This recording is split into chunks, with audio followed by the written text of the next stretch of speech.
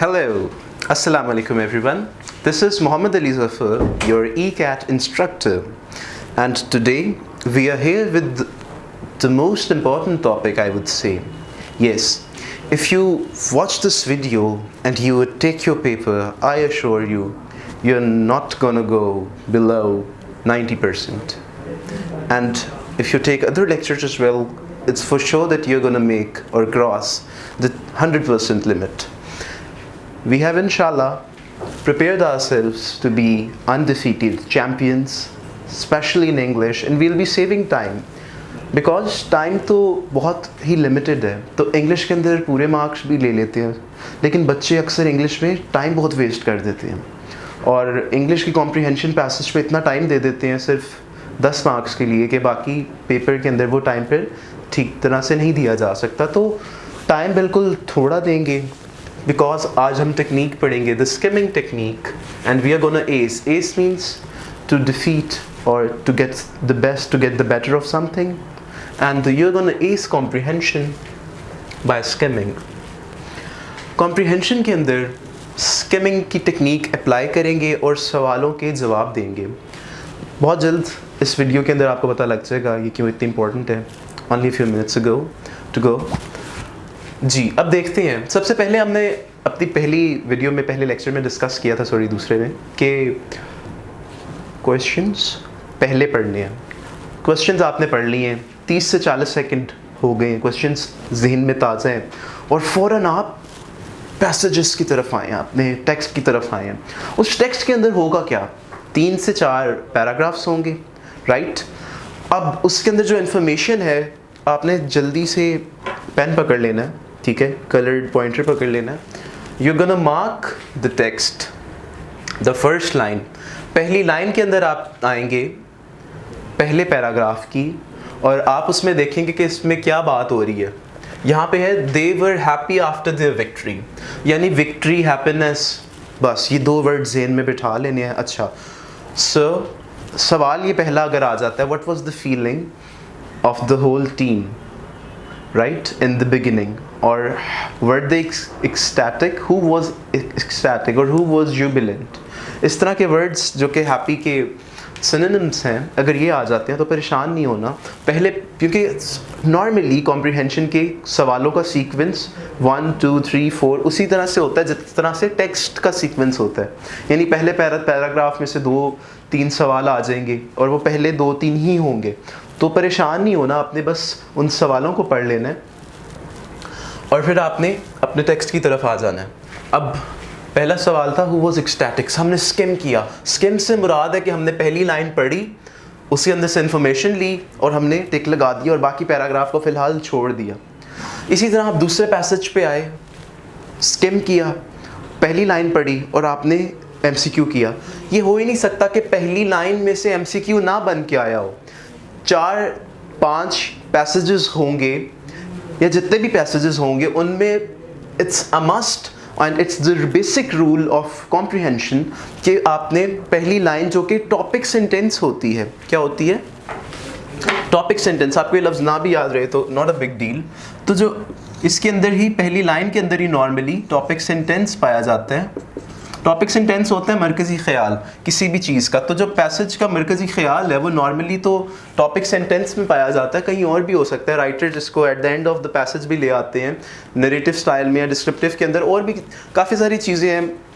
It's not my duty to teach literature, right, we are concern with ECAT. तो इसके अंदर फ़िलहाल हम देखेंगे कि इंजीनियरिंग के स्टूडेंट साइंटिफिक होते हैं तो नॉर्मली कॉम्प्रिहेंशन पैसेजेस में टॉप पे वही टॉपिक सेंटेंस आ जाएगा. टॉप से आपका एक MCQ बनेगा और आपने फ़ौरन वो हल कर लेने. आपके 1 2 3 मिनट के अंदर आप 5 से 6 MCQ कर चुके होंगे.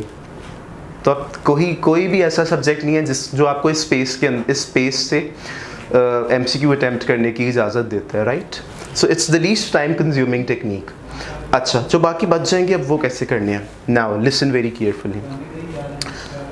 It's again the rule of proper comprehension के भले वो नरेटिव राइटिंग, डिस्क्रिप्टिव, परसुएसिव या एक्सपोजिटरी किसी भी किस्म की हो, इन सब किस्मों की राइटिंग में नॉर्मली आप डिस्क्रिप्टिव या जो लिटरेरी राइटिंग है उसको ज़रा साइड पे रखते हैं, उसमें राइटर का काफ़ी पोइटिक लाइसेंसेस वगैरह और राइटिंग लाइसेंसेस होते हैं, लेकिन नॉर्मली जो साइंटिफिक पैसेजेस आते ही ECAT के स्टूडेंट्स को इस तरह के हैं जिनके अंदर आखिरी लाइन पे अगर जाएं तो आखिरी लाइन में कुछ ऐसी पीस ऑफ इंफॉर्मेशन होती है जो कि पहली लाइन से कनेक्ट होती है। तो आपने सिंपली ये करना है, पेन लेना है, पहली लाइन की पीस ऑफ इंफॉर्मेशन, जो भी सवाल का आंसर आपको लग रहा है, आपने क्योंकि एक दफ़ा सवाल पढ़ा हुआ है, आप आए हैं, अच्छा आपको लगा हैप्पी और उसकी जुबिलेंट की बात हुई थी या ग्लैड की बात हुई थी, तो ये वर्ड हैप्पी, अच्छा हैप्पी कौन था, दे किसके लिए आ रहा है, आप आखिरी पैराग्राफ में आए, Their team needed a single victory. This means team की बात हो रही है, किसकी टीम, किसी भी टीम, अब वो फाइनलिस्ट बन रहे हैं, यानी वो टीम डॉक्टर्स की नहीं होगी फाइनलिस्ट की, वो most probably team of some athletes होगी, राइट। अच्छा, तो आपने वहाँ पे टीम फॉर एग्जांपल लिखा होता है ये किस टीम का, और अंदर नाम भी कैप स्कैनिंग के थ्रू आपने पढ़ लिया जी यहाँ पे स्विस हॉकी टीम की बात हुई है, मिसाल है, तो आपने कैप स्कैनिंग के थ्रू, कैप स्कैनिंग की टेक्निक हम डिस्कस कर चुके हैं, अगर आप वो जानना चाहते हैं तो please visit our previous lecture. So उसके थ्रू आपने वहाँ से वो MCQ पिक कर लिया, यहाँ से आपने लास्ट लाइन के अंदर से एक और MCQ अटैम्प्ट कर लिया, राइट। सो इस तरह से आप लास्ट लाइन को फर्स्ट लाइन से जब कनेक्ट करेंगे और बीच वाले सारे टेक्स्ट को कट कर देंगे तो आपके 80%, 70 to 80% MCQs आप इधर ही से सॉल्व कर लेंगे। Now this is the power of skimming, right. तो जब स्किम किया जाता है किसी भी चीज़ को तो वो बहुत आसान बना देती है आंसर्स को फेच करना। Now you will apply this whole methodology and you will attempt your paper. I hope I have cleared this particular methodology. अब हम देखते हैं कि एक और चीज़ आती है अनफॉर्चुनेटली जो कि अननेसेसरी होती है, मैं आपको लॉजिकली प्रूव करता हूँ। My dear science students, your sir is here to prove you logically that additional information is normally within the center, because ये parenthetical information होती है। इसकी अब इंडिकेशन सुन ले, बहुत मज़े की हैं। फर्स्टली जो एडिशनल इंफॉर्मेशन होगी ना,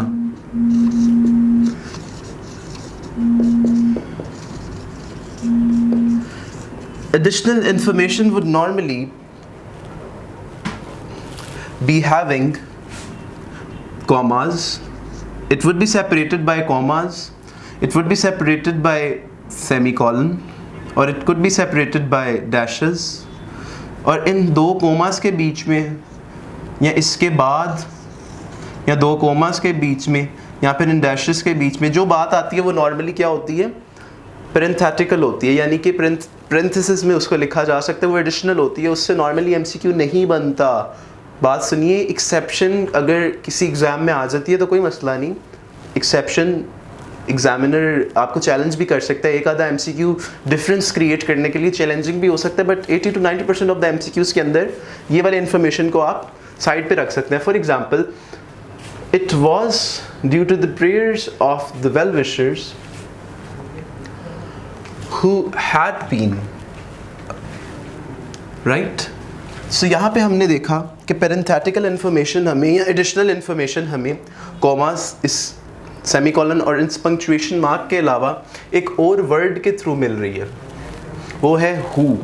जी, हु मैंने इसलिए नहीं बोला बिकॉज यहाँ पे ये रिलेशन कायम कर रहे हैं और सिंटेक्स के अंदर जाके इसको रिलेटिव प्रोनाउन डिक्लेयर करना या फिर इसके ऊपर डिस्कशन करना, इसकी ज़रूरत ही नहीं है। आप सिंपली देखें कि हु, विच, दैट, इस तरह के जो अल्फाज हैं वो भी क्या नॉर्मली देते हैं additional information.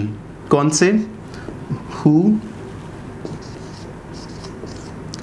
Which,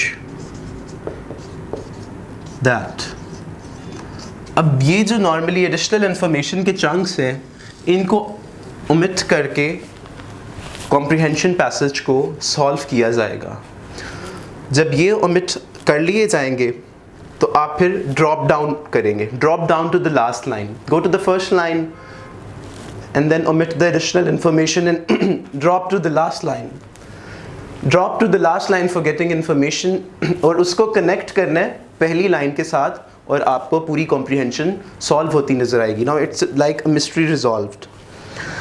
I hope that I have made it clear that how can we apply skimming technique for comprehension. And I hope that this would work. I am pretty much sure कि comprehension इन्हीं असूलों पे बनती है, और किसी भी किस्म की कॉम्प्रीहेंशन हो वो आपको इससे सॉल्व होती नज़र आएगी. Thank you so much everybody. This is Muhammad Ali Zafar signing off.